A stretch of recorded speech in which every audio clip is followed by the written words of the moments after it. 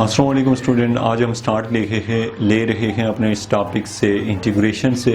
तो यह हमारा फर्स्ट लेक्चर है इंटीग्रेशन के से रिलेटेड और इसमें हम स्टार्ट लेंगे बिल्कुल बेसिक से। तो आपको स्टूडेंट सबसे पहले अगर आप इंटीग्रेशन सीखना चाहते हैं तो आप लोग किस चीज़ से उसका स्टार्ट लेंगे। हर वो प्रॉब्लम्स जो हमारे पास अगर हमें इंटीग्रेट करना पड़े, लेट्स सपोज हमारे पास एक प्रॉब्लम दिया गया है, हमें ये कहा जाता है कि इस x को इंटीग्रेट करें, या फिर हमें ये कहा जाता है x पावर 2 को इंटीग्रेट करें, या फिर हमें इस तरह की जो भी एक्सप्रेशन मैं यहाँ पे लूँगा आपसे ये कहा जाता है x प्लस 1 को इंटीग्रेट करें।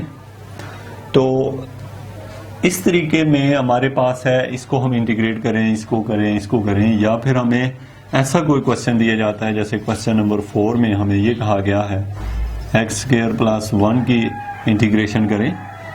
और ये है 5वें नंबर पे हमारे पास है, जैसे यहाँ पे है x over x square minus 1 की इंटीग्रेशन करें।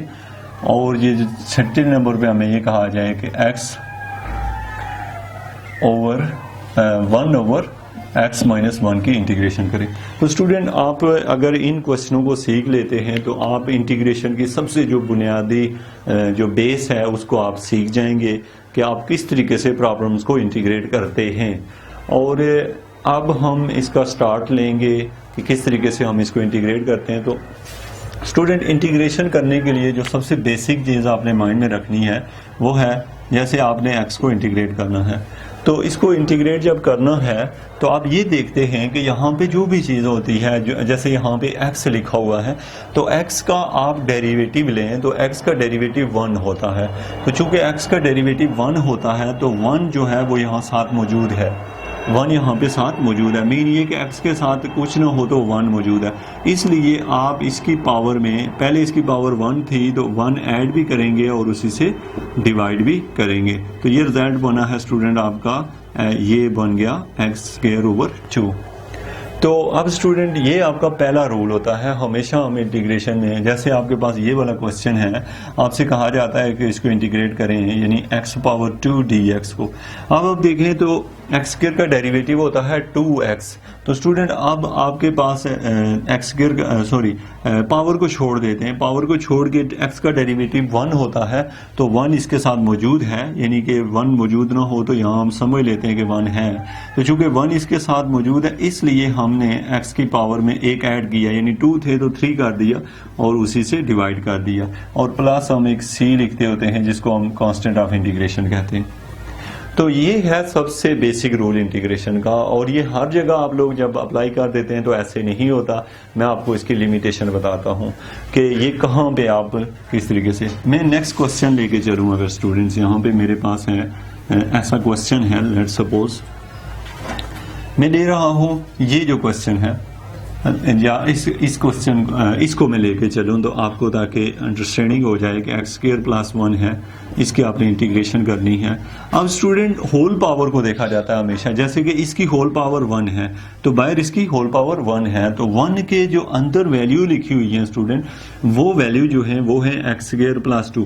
तो इसका इनर डेरिवेटिव मीन पावर को छोड़ के इसका इनर डेरिवेटिव लें तो वो आता है, जैसे आप ना d/dx of x square plus 1 लें तो आपके पास वो आता है 2x प्लस 0।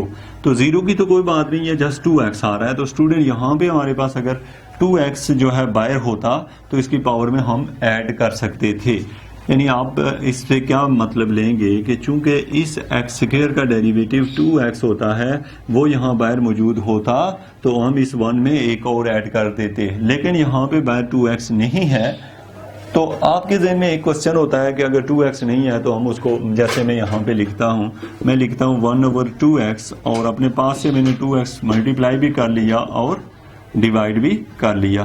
तो अब ऐसा हम नहीं कर सकते, उसकी वजह ये होती है कि हम अगर खाली 2 होता तो उसको हम मल्टीप्लाई डिवाइड कर सकते थे अगर खाली 2 होता, लेकिन वेरिएबल को हम अपनी मर्जी से मल्टीप्लाई और डिवाइड नहीं कर सकते। ये रूल आपने जहन में रखना है। तो स्टूडेंट इट मीन कि इसकी पावर में 1 ऐड नहीं हो सकता। जैसे आपके जहन में ये बात आए कि हम इसकी पावर में 1 ऐड करके उसी से डिवाइड कर दें, लेकिन इस सवाल में ऐसे नहीं हो सकता, ये गलत है। तो ऐसा क्यों? इसलिए कि ये रूल तभी अप्लाई हो सकता है अगर यही सवाल यूं होता, यानी एक्स स्क्वायर ऊपर ना होता, खाली एक्स होता, तो चूंकि एक्स का डेरिवेटिव 1 होता और इसका 0 है तो 1 तो हर जगह मौजूद होता है, तो 1 यहाँ पे मौजूद था, इसलिए इसको आप लिख सकते थे x प्लस 1 की पावर 2/2 लिख सकते थे। अगर यहाँ पे एक्स स्क्वायर न हो तो ऐसा आप कर सकते हैं। तो ये इंटीग्रेशन बिल्कुल ठीक है, ये इंटीग्रेट हो गया।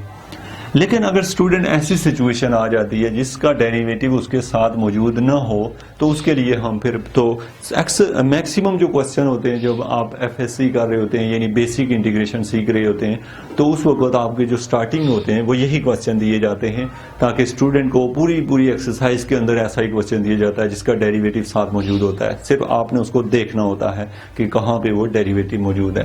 तो अब स्टूडेंट हमारे पास है, जैसे कि हम इस क्वेश्चन को, मैं उसी क्वेश्चन को दोबारा लिखता हूं जो हमें इंटीग्रेट करने में ये, तो ऐसा प्रॉब्लम जब स्टूडेंट आ जाएगा तो हम इसमें अभी ऐड नहीं कर सकते, तो सेपरेट तो लिख सकते हैं ना, इस तरीके से हम इसको लिख लेंगे और फिर यहाँ पे आ जाएगा dx। तो स्टूडेंट हमने इसको अलग से लिख लिया, यानी एक्स स्क्वायर को अलग लिख लिया और 1 वाली टर्म को हमने अलग से लिख लिया।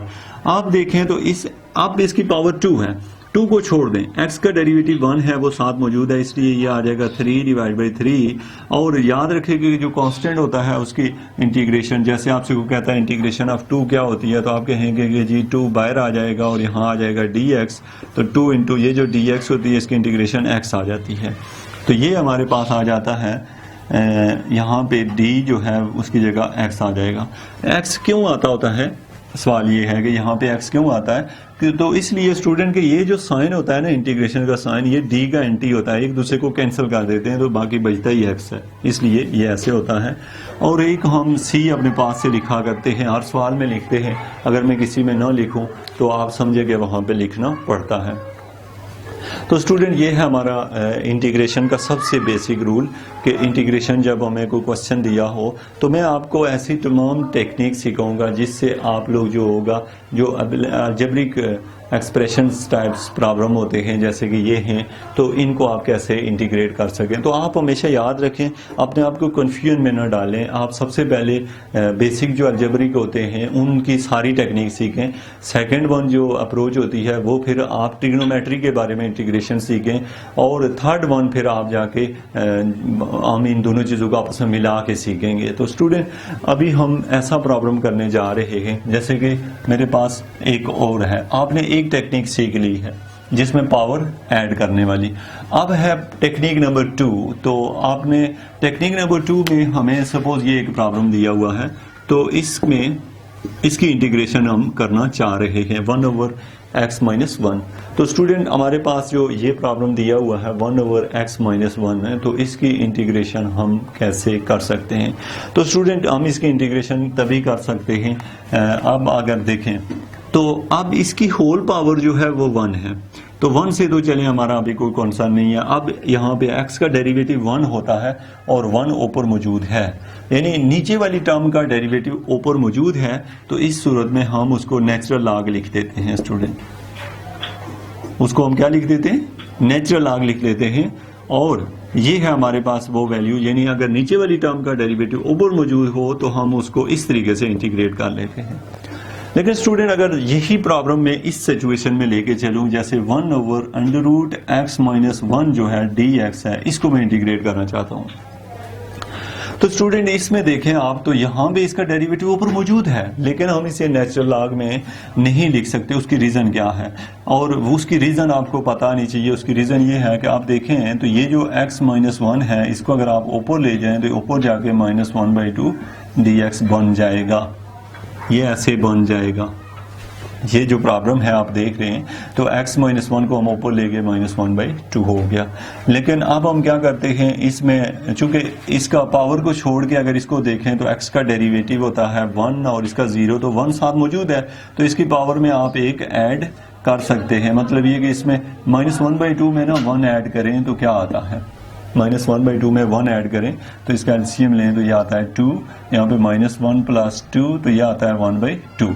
तो स्टूडेंट ये आता है 1/2, तो इसलिए ये बन जाएगा 1/2 + c, और जो चीज़ पावर में होती है उसी से डिवाइड भी किया जाता है। तो यहाँ पे आप लोगों ने ये देखा कि इसकी इंटीग्रेशन हमने यूं की, अब इसे थोड़ा तरतीब से लिख लें, ये 2 ऊपर आ जाएगा तो ये बन जाएगा 2 into x minus 1 power 1/2 plus c. लेकिन स्टूडेंट अब मसला ये है कि आपका सवाल ये है कि अगर इसको नेचुरल लॉग क्यों नहीं लिखा, इसको नेचुरल लॉग क्यों नहीं लिखा, तो स्टूडेंट इसका आंसर ये है क्योंकि हम इसको ऊपर लेके जा सकते हैं। तो फिर सवाल ये बता होता है क्या हम इसको ऊपर लेके नहीं जा सकते। अब सपोज मैं इसको इस तरीके से ना हल करूं, मैं इस तरीके से हल करूं, को देखें तो क्या वजह थी कि हम ऐसा कर रहे हैं। तो हमारे पास है स्टूडेंट, ये देखें इंटीग्रेशन ऑफ, इसको मैं अगर ऊपर ले जाऊं तो ये बन जाएगा -1 की पावर -1 इंटू डी एक्स। आप देख रहे हैं कि मैंने इसकी पावर को ऊपर ले गया तो -1 बन गई। अब स्टूडेंट अगर मैं इसमें एक ऐड करूं, यानी -1 में +1 करूं और वही चीज नीचे भी करूं, तो इसमें मुझे बहुत नुकसान हो रहा है। वो नुकसान ये है कि नीचे 0 आ रहा है और क्वेश्चन ही इन्फिनिटी या अनडिफाइंड बन रहा है। तो अब इसका आंसर ही जो है ना वो हमारे पास नहीं आ रहा। तो स्टूडेंट हमारे पास जो है ये इस प्रॉब्लम को अगर आप लोग देखें तो ये इन्फिनिटी बन गया है, तो इसलिए ये ऊपर जा ही नहीं सकता। इसलिए नहीं जा सकता क्योंकि इसकी पावर है -1 है, ऊपर जाके ये -1 और सवाल की ये हालत बन जाएगी। तो ये याद रखें कि अगर होल पावर 1 हो तो तब नेचुरल लॉग की फॉर्म में लिखते हैं। जैसे इसकी होल पावर 1/2 थी, अब 1/2 ऊपर जाके हमें पता है ये 0 नहीं होगा, तो इसलिए आपको ये दोनों रूल पता होने चाहिए कि जब नेचुरल लॉग कब लिखते हैं और पावर रूल कब अप्लाई करते हैं। अगर इन दोनों को आपको अगर इस वीडियो की समझ नहीं है तो इसको बार बार देखें, आप इसको समझें। तो ये है इंटीग्रेशन का रूल नंबर 2 जो कि मैंने आपको बता दिया है। अब हम स्टूडेंट जो है इंटीग्रेशन का जो 3rd रूल है उसको नेक्स्ट लेक्चर में देखेंगे। Thank you very much.